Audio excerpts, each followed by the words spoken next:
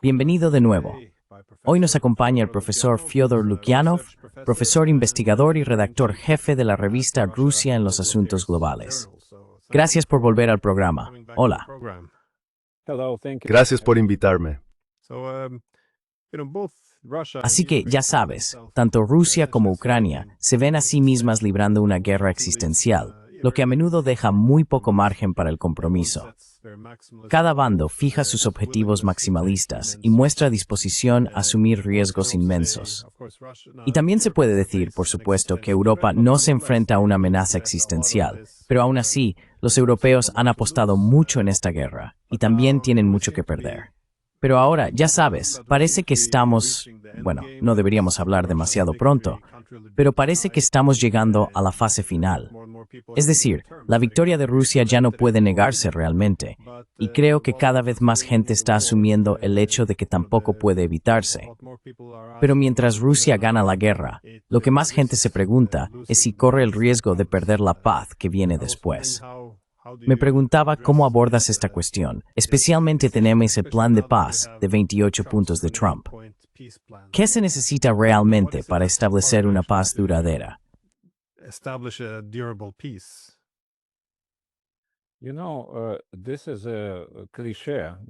Sabes, este es un cliché que oímos todo el tiempo sobre los objetivos maximalistas, que se dice que Rusia en particular está estableciendo. Y esos objetivos no son algo nuevo ni cambiante.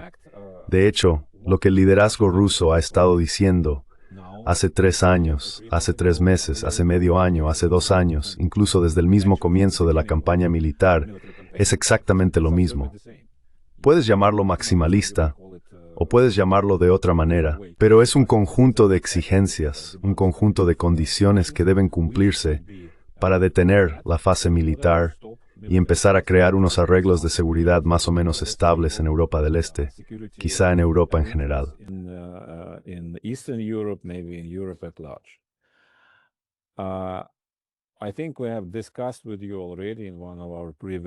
Creo que ya hemos comentado en una de nuestras reuniones anteriores que esas condiciones en realidad nunca han cambiado. Las circunstancias cambiaron y también algunos matices o la forma en que se presentan. Pero de hecho, la combinación principal siguió siendo la misma. El estatus de Ucrania como un país que no puede representar una amenaza militar para Rusia, ni directa ni indirectamente, a través de la participación de otras potencias. Ese fue el elemento clave desde el principio. No se trataba de territorios al inicio. Empezó a volverse cada vez más orientado al aspecto territorial tras el fracaso del proceso de Estambul en marzo y abril de 2022. Ahora bien, sí, la realidad es que Rusia ha tomado una cantidad significativa de territorio adicional. Y por supuesto, dado que, como mencionas, se trata de una batalla existencial en la que los compromisos son muy difíciles de alcanzar, en resulta muy complicado imaginar condiciones en las que Rusia estuviera dispuesta a ceder siquiera una parte de ese territorio.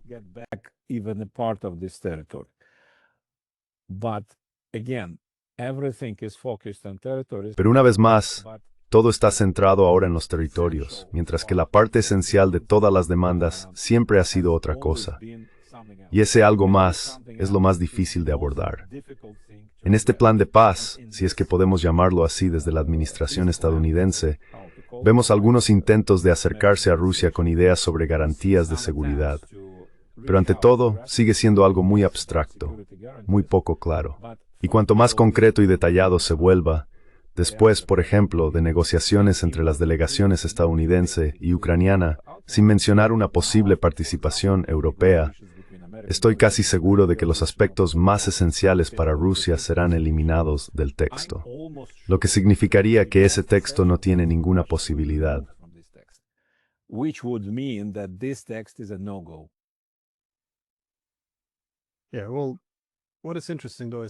Sí, lo interesante, sin embargo, es que en el tema de los objetivos maximalistas, parece que ha venido de los europeos.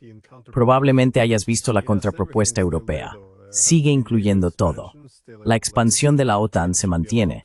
Los europeos deberían poder enviar sus tropas. Quieren garantías de seguridad para Ucrania y no puede haber discusión sobre concesiones territoriales. Y por supuesto, Rusia tiene que pagar reparaciones, lo cual es una postura interesante. Quizá la victoria Kurtnich-Srai, la europeización para dictar estos términos en Haupt.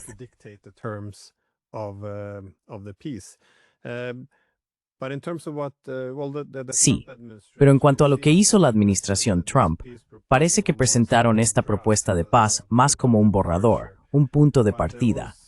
Pero había muchos puntos conflictivos que parecían un poco extraños, cosas que me imagino serían difíciles de aceptar para Rusia. Por ejemplo, tomar el dinero incautado a Rusia y enviarlo a Ucrania. Mucho de esto no tiene realmente mucho sentido. Pero, ¿qué crees que en este acuerdo sería un punto de ruptura para los rusos?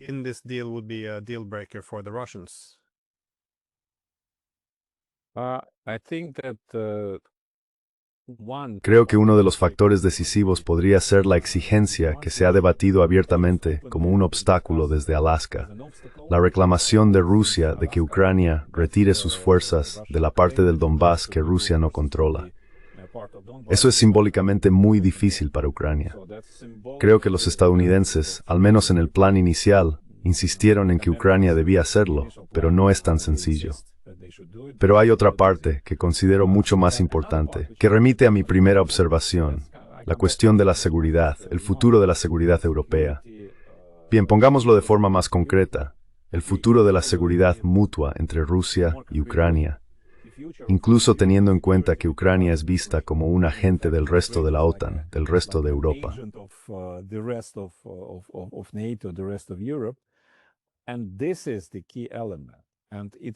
Y este es el elemento clave.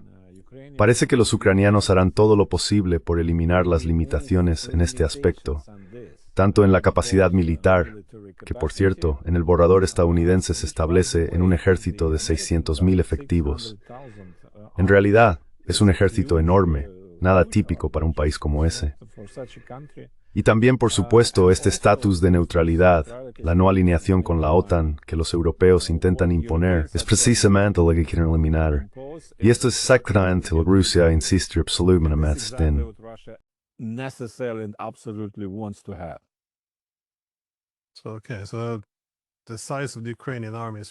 De acuerdo, así que el tamaño del ejército ucraniano es realmente, bueno, tiene sentido.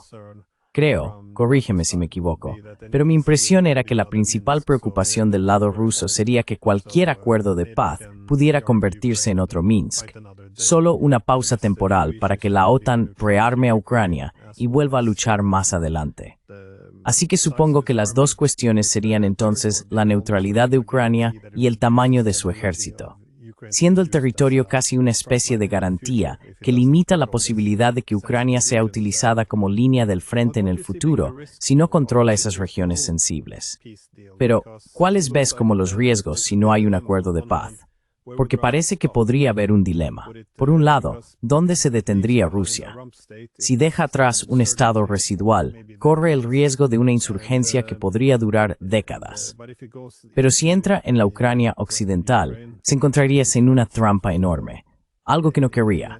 Entonces, ¿cómo se evalúa esto desde tu perspectiva?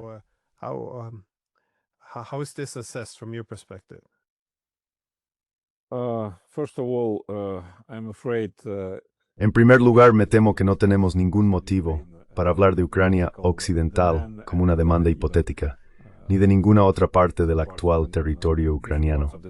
No, no creo que las ambiciones rusas lleguen tan lejos.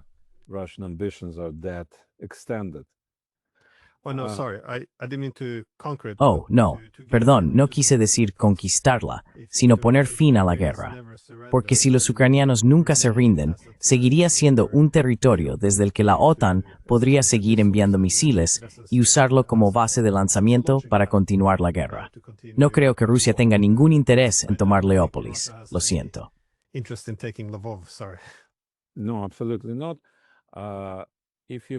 No, absolutamente no. Si Ucrania se rinde, lo hará tarde o temprano. Si las cosas continúan como están, si la administración estadounidense se retira del proceso, o incluso si sigue implicada pero solo al nivel actual sin más, creo que el resultado será claro para Ucrania. Por supuesto, podría llevar mucho más tiempo y causar grandes pérdidas a ambos bandos. En cuanto a la comprensión rusa del resultado deseable, no sé qué tiene en mente el señor Putin.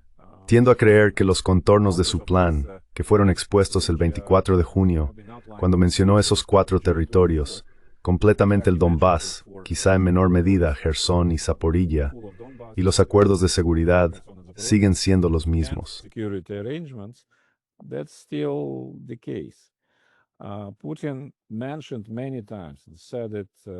Putin ha mencionado muchas veces, de forma muy clara y repetida, que cada nueva propuesta a Ucrania será peor que la anterior, no en términos de garantías de seguridad o de la situación de seguridad, porque esa parte es más o menos un conjunto estable de exigencias, sino en términos de territorio. Por supuesto, Ucrania está perdiendo terreno. Entonces, ¿dónde se detendrá Rusia? Creo que Rusia se detendrá en el punto en que Ucrania ya no sea capaz de resistir y acepte un plan que cumpla con las condiciones rusas, no solo las formuladas por los estadounidenses o los europeos, sino las condiciones rusas. Y del lado ruso existe una creencia bastante firme de que ese momento llegará.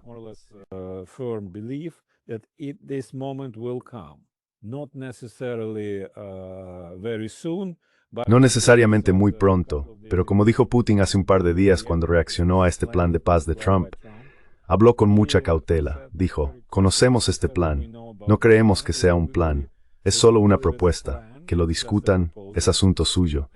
Nosotros seguiremos el proceso y continuaremos haciendo lo que estamos haciendo, lo que significa luchar y tomar más territorio.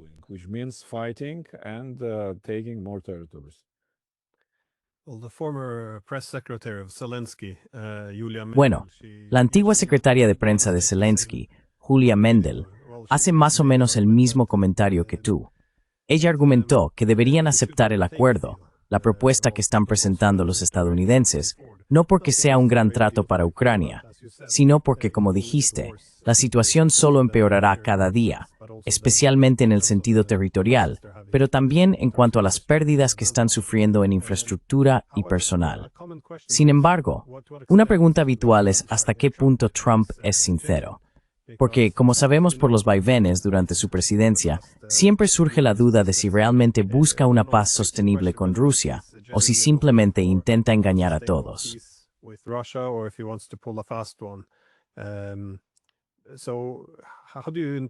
Entonces, ¿cómo interpretas a Trump aquí? Porque él, ya sabes, está presidiendo un imperio en declive. ¿Qué está intentando hacer? Está tratando de atraer a Rusia hacia el lado estadounidense, para crear un poco más de distancia entre los chinos y los rusos. ¿O está intentando restaurar la hegemonía estadounidense, cambiar la arquitectura de seguridad europea? Porque en este acuerdo de paz no pude evitar notar la idea de permitir que Rusia vuelva al G8, no porque Mannheim que los rusos hayan pedido. Así que parece que este es el pensamiento estadounidense, que necesitan empezar frosis en Nianwes.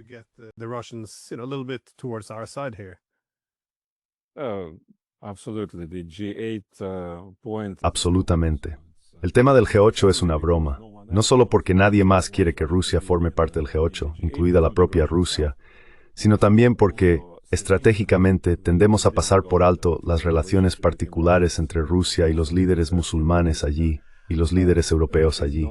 Rusia no forma parte del G8 ni del G7, porque este es un club de Occidente. Punto. Y el periodo en que Rusia fue admitida y participó ha demostrado, de hecho, que fue una decisión en realidad.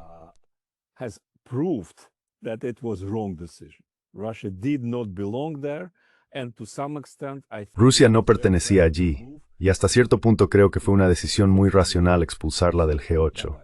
Así que, adiós, ya no es lo que nadie necesita, Rusia en primer plano.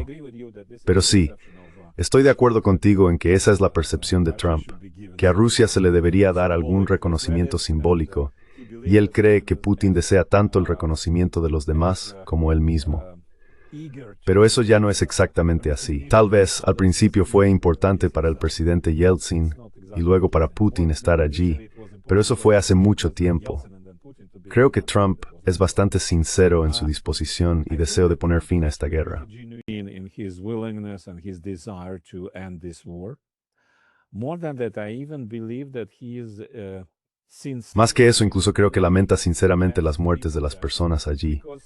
Tiene una personalidad muy especial, pero no es un belicista, no es un vampiro, no disfruta viendo correr la sangre ni nada parecido. Su enfoque es completamente diferente. Es un tipo muy duro. Fue un empresario muy cruel, pero no del tipo que disfruta matando.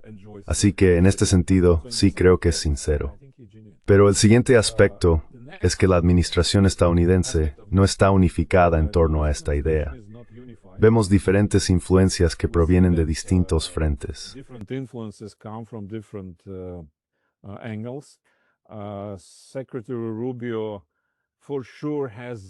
El secretario Rubio, sin duda, no comparte la misma visión de las cosas que el señor Witkow, el señor Vance y otros. Y Trump, en este sentido, es una persona con intuición, pero con poco conocimiento. En realidad no necesita conocimiento. No quiere conocimiento. Quiere sentir las cosas y actuar según su intuición. Fluctúa entre diferentes posiciones. Y sabes, a veces al observar la trayectoria del presidente Trump, recuerdo al difunto presidente Boris Yeltsin en Rusia. Het vooragornius son de reizende 90 que era la última persona que starta de su despacho de escribir política con su opinión. Luego venía otro y así su buen routine.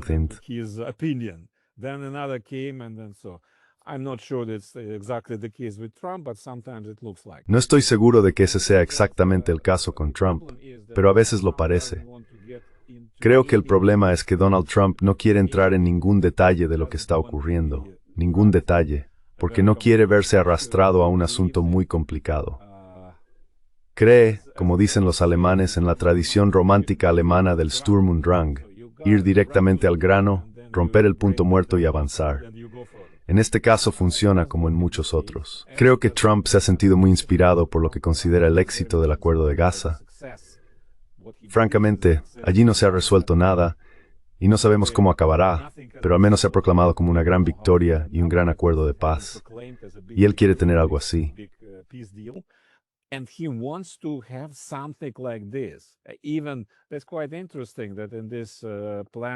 Es bastante interesante que en este Plan 28 veamos algunos elementos de la experiencia de Gaza, como ese Consejo de Paz presidido por Trump, que gobernará sobre el territorio y el proceso.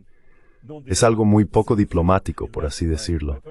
Es una invención de personas que no creen que deba estar dentro de ningún tipo de marco legal.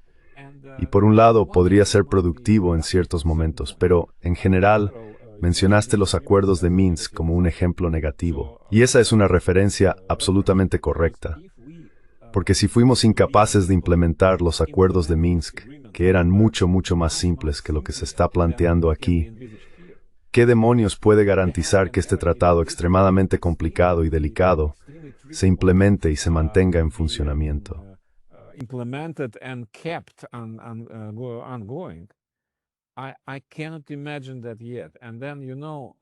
No puedo imaginar eso todavía. Y luego, ya sabes, es otra cosa. Rusia no es una buena condición previa para un proceso de paz fácil.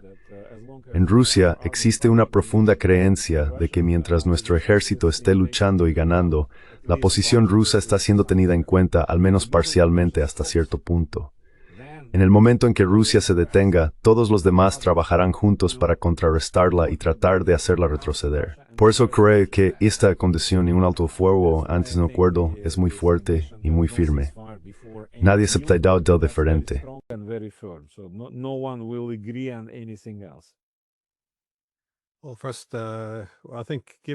Bueno, primero, creo que dado todo el malestar y los conflictos de estos días, me alegra que haya cierta unidad entre Rusia y Occidente, en que nadie quiere que se restaure el G8. Pero estoy de acuerdo con el problema del alto el fuego. Toda la idea, si ves cuánta hostilidad hay hacia aceptar una Ucrania neutral, la única razón por la que esto está siquiera sobre la mesa, por supuesto, es porque Rusia está ganando. Así que, si se pone fin a los combates, entonces, es difícil ver de dónde vendrían los incentivos para cumplir realmente con algo, lo cual, de nuevo, es exactamente lo que ocurrió con Minsk. Pero solo una última pregunta. Las elecciones eran un punto ahí, que Ucrania tiene que formar un nuevo gobierno.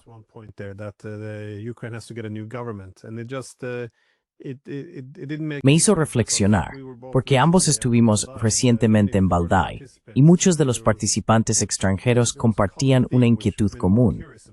Muchos, especialmente del lado indio, no entendían por qué Rusia no ha intentado un cambio de régimen. No es que lo esté defendiendo, pero los estadounidenses suelen intentar eliminar al liderazgo y luego, en el caos que sigue, colocar las piezas a su manera. ¿Tienes una buena respuesta de por qué Rusia no ha optado por la vía del cambio de régimen? Insisto, no es una defensa, solo me interesa saber cuál es el razonamiento estratégico.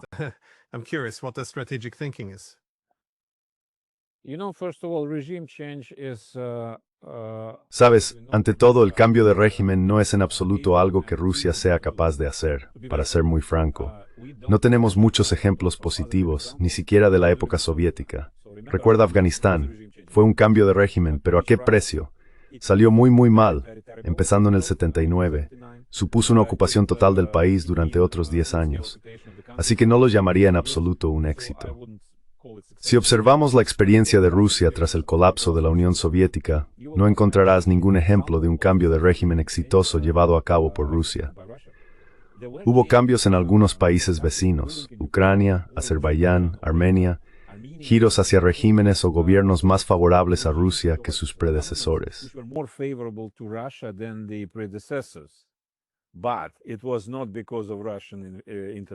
Pero no fue por la intervención rusa, fue por las tendencias internas. En Ucrania, por ejemplo, en 2010, el presidente Yanukovych fue elegido después del presidente Yushchenko, que era completamente y estrictamente antirruso. Yanukovych era visto como prorruso, pero eso no se debía a la intervención rusa, sino a unos vaivenes muy interesantes en la opinión pública ucraniana. Así que Rusia no tiene las habilidades para hacerlo, ni la tradición para hacerlo. Y, para serte muy sincero, preferiría no intentarlo, porque si se emprenden cosas tan complicadas sin las habilidades necesarias, se puede acabar con el resultado exactamente opuesto. Y en particular en Ucrania, no creo. Bueno, imaginemos que Rusia tuviera esa idea. Ucrania es un entorno muy complicado.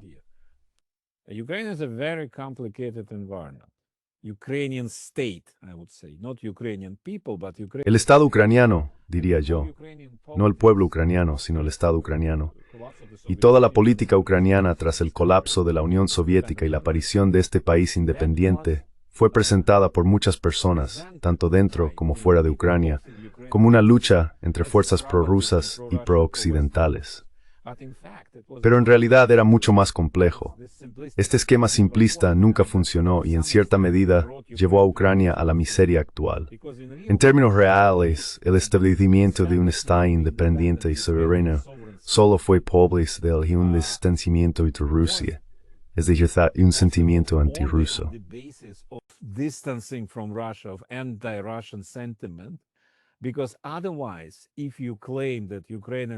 Porque de lo contrario, si afirmas que Ucrania y Rusia son hermanos y demás, entonces, por desgracia para ellos, la siguiente pregunta será, ¿es realmente necesario este Estado? ¿Es necesario tener dos estados del mismo pueblo?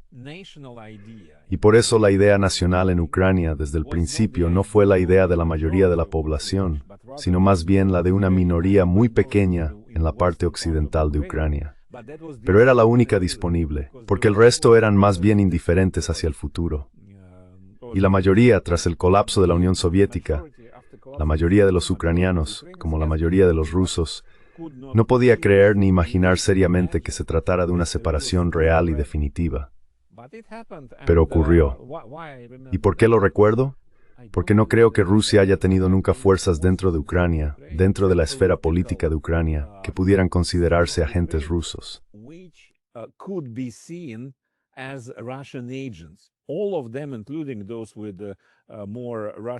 Todos ellos, incluidos aquellos con una retórica más cercana a Rusia, como Yanukovych o Kuchma antes que él, ninguno de ellos era prorruso.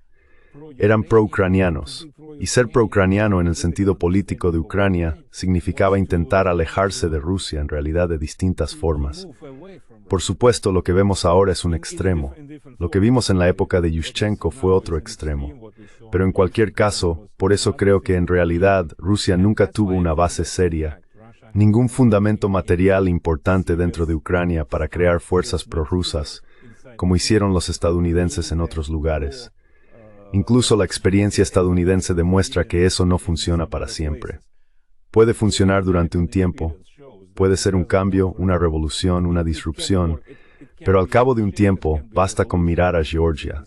La realidad nacional acaba ajustándose a las verdaderas necesidades de la población, o al menos debería hacerlo.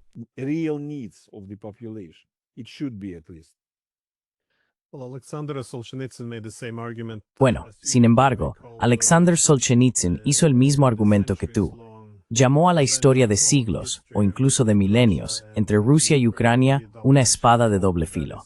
Por un lado, los convirtió en pueblos hermanos, pero cuando se está tan cerca, muchos ucranianos empezaron a preguntarse, como tú dijiste, ¿por qué deberíamos ser un estado separado si somos exactamente iguales?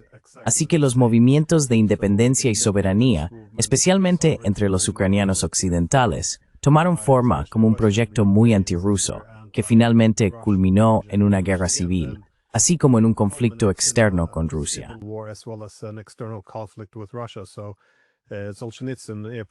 Así que Solzhenitsyn lo predijo bastante bien. Y con Yanukovych tienes toda la razón.